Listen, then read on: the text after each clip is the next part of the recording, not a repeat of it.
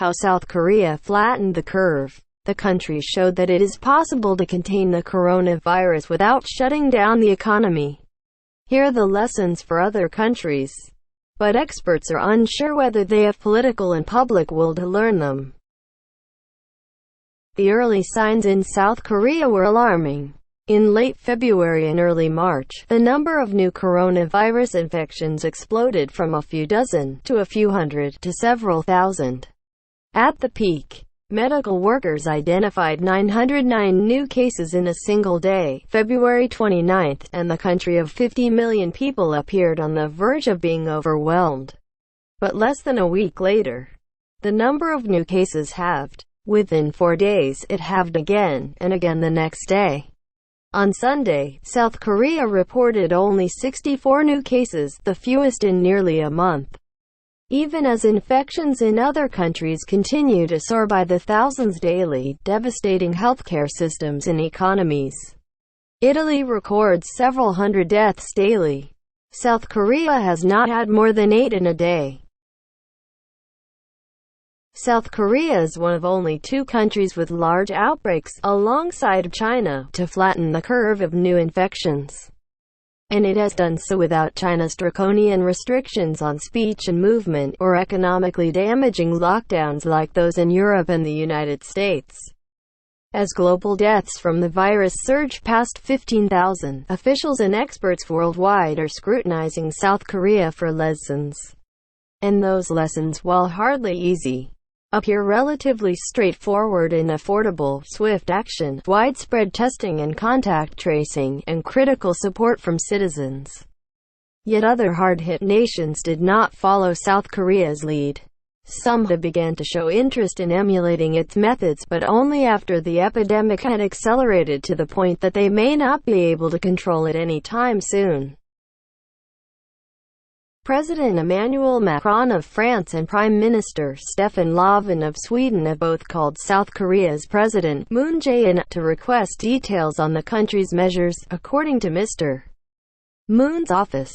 The head of the World Health Organization, Tedros Adhanom Ghebreyesus, has hailed South Korea as demonstrating that containing the virus, while difficult, can be done. He urged countries to apply the lessons learned in Korea and elsewhere. South Korean officials caution that their successes are tentative. A risk of resurgence remains, particularly as epidemics continue raging beyond the country's borders. Still, Scott Gottlieb, a former commissioner of the Food and Drug Administration, has repeatedly raised South Korea as a model. Writing on Twitter, South Korea is showing COVID-19 can be beat with smart, aggressive public health.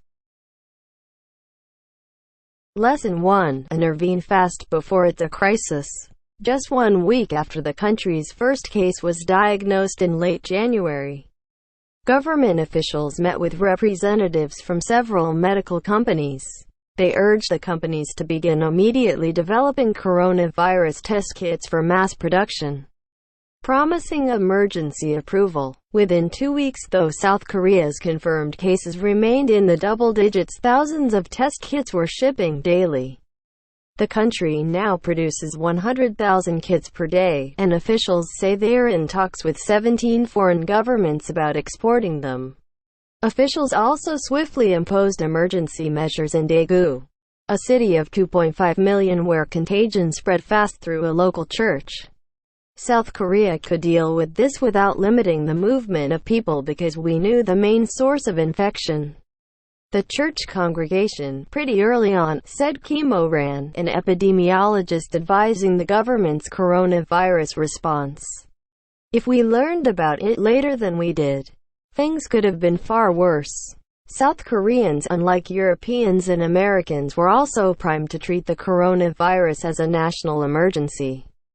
After a 2015 outbreak of Middle East respiratory syndrome in the country killed 38, the coronavirus is thought to have a 5-day incubation period, often followed by a period of mild symptoms that could be mistaken for a cold when the virus is highly communicable.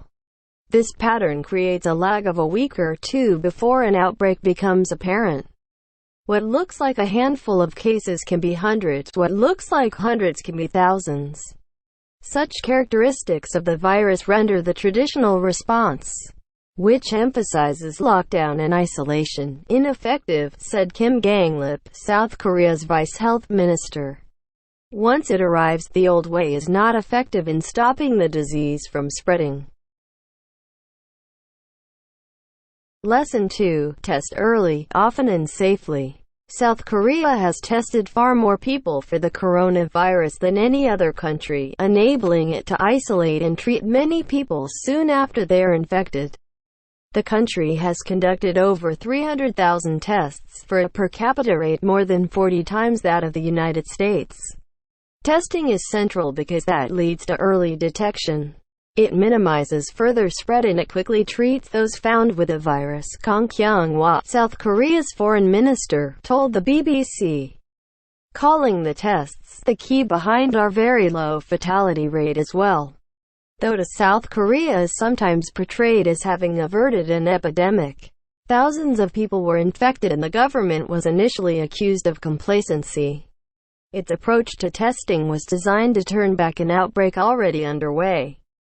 To spare hospitals and clinics from being overwhelmed, officials opened 600 testing centers designed to screen as many people as possible, as quickly as possible, and keep health workers safe by minimizing contact. At 50 drive-through stations, patients are tested without leaving their cars. They are given a questionnaire, a remote temperature scan and a throat swab. The process takes about 10 minutes. Test results are usually back within hours. At some walk-in centers, patients enter a chamber resembling a transparent phone booth.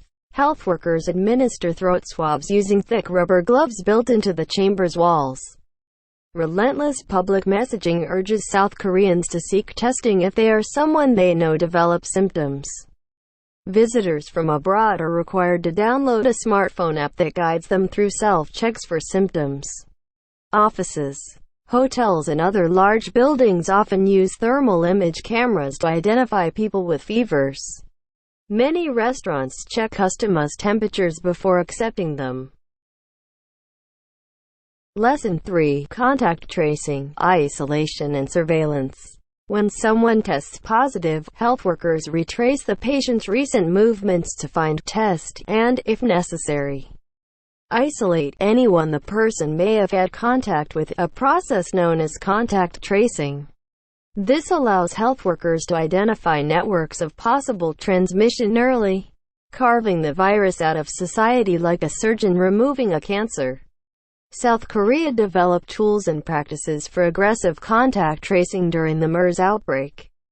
Health officials would retrace patients' movements using security camera footage, credit card records, even GPS data from their cars and cell phones. We did our epidemiological investigations like police detectives, Dr. Key said. Later, we had laws revised to prioritize social security over individual privacy at times of infectious disease crises. As the coronavirus outbreak grew too big to track patients so intensively, officials relied more on mass messaging. South Korean cell phones vibrate with emergency alerts whenever new cases are discovered in their districts. Websites and smartphone apps detail hour-by-hour, sometimes minute-by-minute, timelines of infected people's travel, which buses they took, when and where they got on and off, even whether they were wearing masks. People who believe they may have crossed paths with a patient are urged to report to testing centers. South Koreans have broadly accepted the loss of privacy as a necessary trade-off. People ordered into self-quarantine must download another app, which alerts officials if a patient ventures out of isolation. Fines for violations can reach $2,500. By identifying and treating infections early, and segregating mild cases to special centers, South Korea has kept hospitals clear for the most serious patients. Its case fatality rate is just over 1%, among the lowest in the world.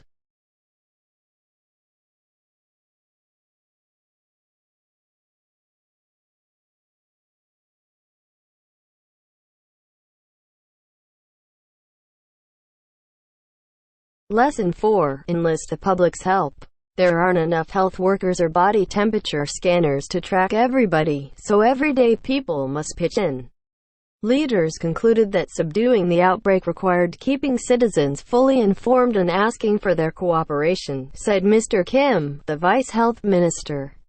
Television broadcasts, subway station announcements and smartphone alerts provide endless reminders to wear face masks, pointers on social distancing and the day's transmission data. The messaging instills a near-wartime sense of common purpose. Polls show majority approval for the government's efforts, with confidence high, panic low and scant hoarding. This public trust has resulted in a very high level of civic awareness and voluntary cooperation that strengthens our collective effort, Lee Tae-ho, the Vice Minister of Foreign Affairs, told reporters earlier this month. Officials also credit the country's nationalized healthcare system, which guarantees most care, and special rules covering coronavirus-related costs, as giving even people with no symptoms greater incentive to get tested. Is the Korean model transferable? For all the attention to South Korea's successes, its methods and containment tools are not prohibitively complex or expensive. Some of the technology the country has used is as simple as specialized rubber gloves and cotton swabs. Of the 7 countries with worse outbreaks than South Korea's 5 are richer. Experts cite 3 major hurdles to following South Korea's lead, none related to cost or technology. 1 is political will. Many governments have hesitated to impose onerous measures in the absence of a crisis-level outbreak. Another is public will. Social trust is higher in South Korea than in many other countries, particularly Western democracies beset by polarization and populist backlash. But time poses the greatest challenge. It may be too late, Dr. Key said, for countries deep into epidemics to control outbreaks as quickly or efficiently as South Korea has. China turned back the catastrophic first outbreak in Hubei, a province larger than most European countries, though at the cost of shutting down its economy. South Korea's methods could help the United States, though we probably lost the chance to have an outcome like South Korea, Mr. Gottlieb, the former FDA commissioner, wrote on Twitter. We must do everything to avert the tragic suffering being borne by Italy.